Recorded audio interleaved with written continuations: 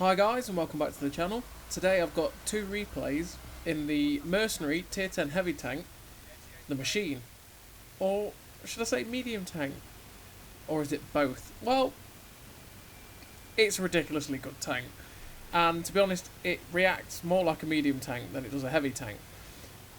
In terms of armour, it's probably more on the side of being a heavy tank. But the mobility is just amazing. Obviously the gun is a medium tank gun and it performs fantastically. Just generally this tank is crazy. Like, it's one of those that you kind of go, what made them think that this was probably a good idea for a mercenary tank? It's so good. Obviously having that TVP gun means you can put out damage really quickly. Having the mobility of the 50B means you can get about the battlefield really quickly. And also the Chieftain turret armour means you're really good when you hull down. Now the 50B hull armour as well is also, from the front, if people were to just shoot you for upper plate, lower plate, the 50B armour is fantastic for that. Just it's got amazing angling. Obviously there is one thing to the machine, and that's having it got, what, like 30mm of armour on the side?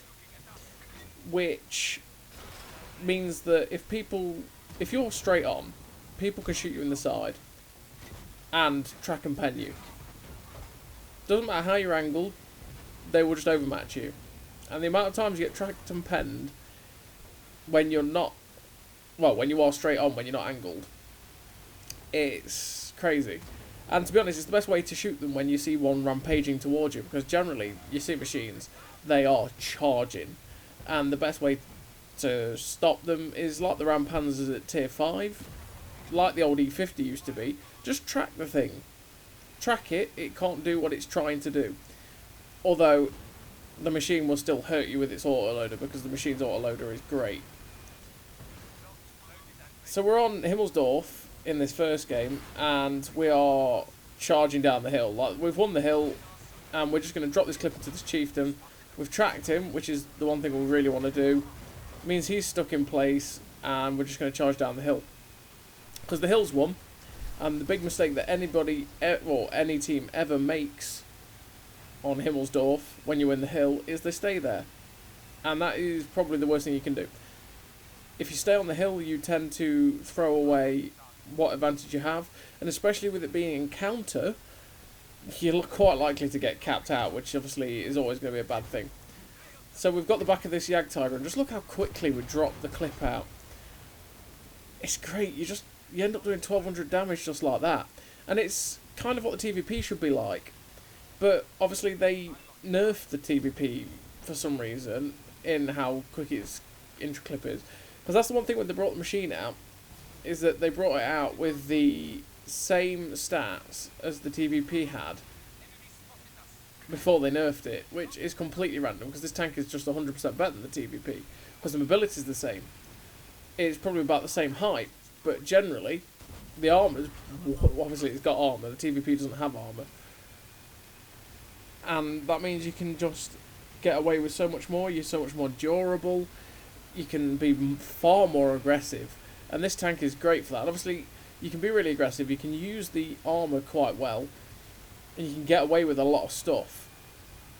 And that helps with also having a really quick reload with this TVP gun, right? Because that means you aren't out the fight all that often, which means you can keep the gun working, you can use the armour effectively, you're not having to... You know, if you're over aggressive, you're not going to drop a clip and then be sitting waiting for like 10 sentries to be able to fire again. So this game has gone a little bit south in the fact that we had an advantage and they've killed quite a lot of people that were down here. But, you know, I'm still pretty confident because I'm a full health machine after all. And we're just going to do what this machine... This T95E6 is basically trying to get away from me. And the machine just says, ha, lol, you're trying to get away? Get out of here. So we shut down that guy. There's only 3 guys left. And like I say, I'm full health.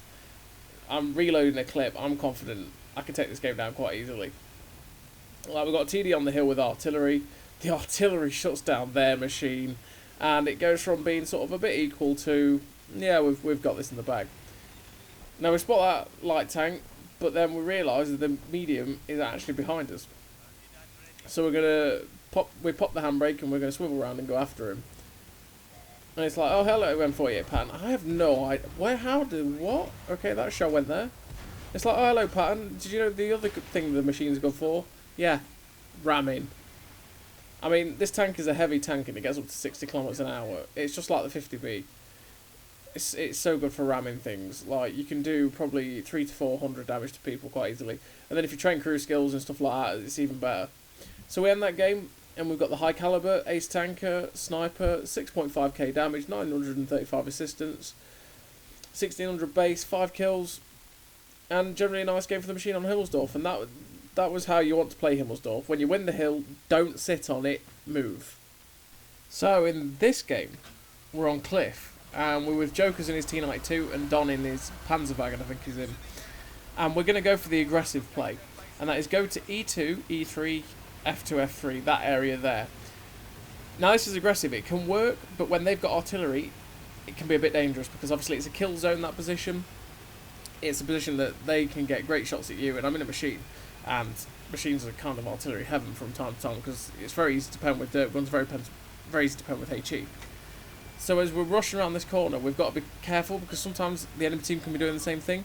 And as we come around the corner, we've got this M60. Donk the first one, pen the second one, ram him for 614, make the mistake of shooting while the turret is trying to catch up with him, but then the T95 E6 with us shuts down the M60 by setting him on fire, which is great. We cost ourselves 1,000 health, but that's because he shot us for 400 and we lost about 500 health for ramming him as well.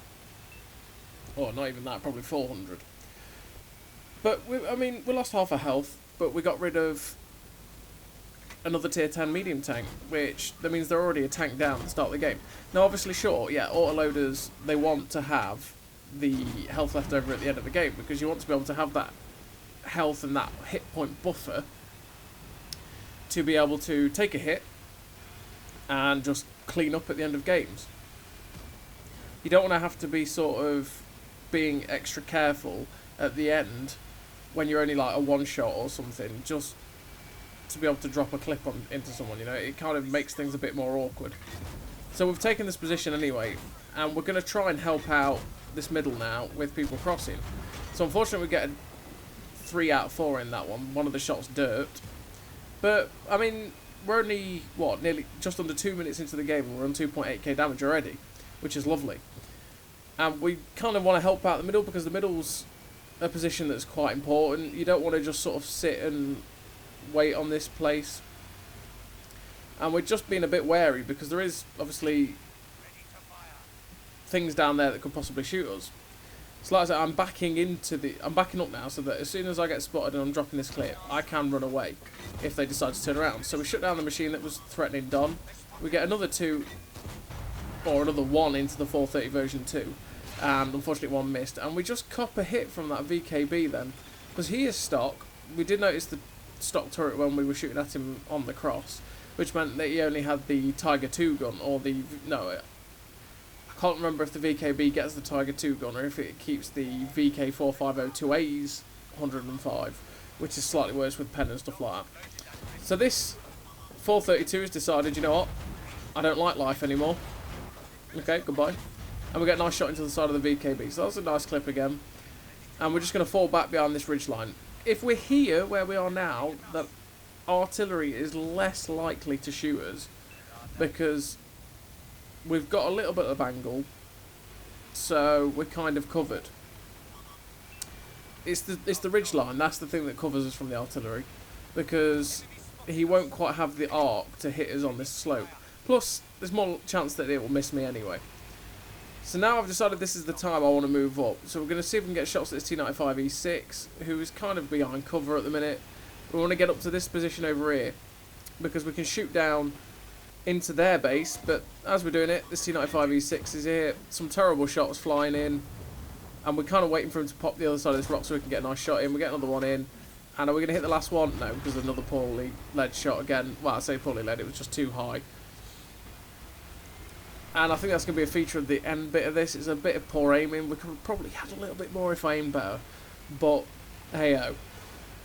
So again, the reload is really quick for the machine, and it's similar for the TVP as well, in just how quick you reload and you get back into the fight again. So 25.05 seconds and we're back in again. And we're going to rush out now and try and get shots at the back of this I-7. But he's just behind cover, or behind the little lips in the ridgeline, so we can't go out and get him. So that was a bad shot. Pen the second one, pen the third one. I don't know where that one went. I was pretty sure I should have killed the back chat then, but that missed somehow, some way. And we get a little bit unfortunate at that. We're up to 5.4k damage, and there's still 3 tanks on the board. A couple, like that one in the base, is still healthy, which is obviously juicy. And we're nearly reloaded, so we're going to try and get a better angle up on this Kampfpanzer. So we're going to maneuver over to this area over here, because you can get better shots at their base from this position over here, which is quite nice. We get a shot in nicely, 2, 3. We shouldn't be missing any from this position, and we get the 4th one in. And there's only the medium and the artillery left, so we are thinking about the artillery for damage now. So, since we've dropped the clip, we're going to run in and see if we can finish off this Kampfpanzer as well while we're on the way past. And it's like, well, I'm not going to be reloaded, so tap. And we've not lost enough. We only clipped him, so we've not lost any of our momentum. We've come over the top. 1, 2. We finished the artillery. And just like that, we finished the game. We've got 7.2k damage, 4 kills, 385 assistance. Another good game for the machine. And just shows how aggressive you can be and how successful you can be in being really aggressive in this tank. And it's generally a pretty easy tank to play. It's quite fun, generally, for a little while. And it's definitely one that you want to get. And it's also the easiest mercenary tier 10 tank to acquire, because the XP requirements just seem so easy to get compared to all the others. So I would recommend getting this tank. And like I say, I hope I give you tips to take them out as well. Like I say, aim for the tracks most of the time. The one that's closest to you, you'll pen. And track. So as always, everybody, I hope you enjoyed the video. Thank you very much for watching, and I'll see you next time.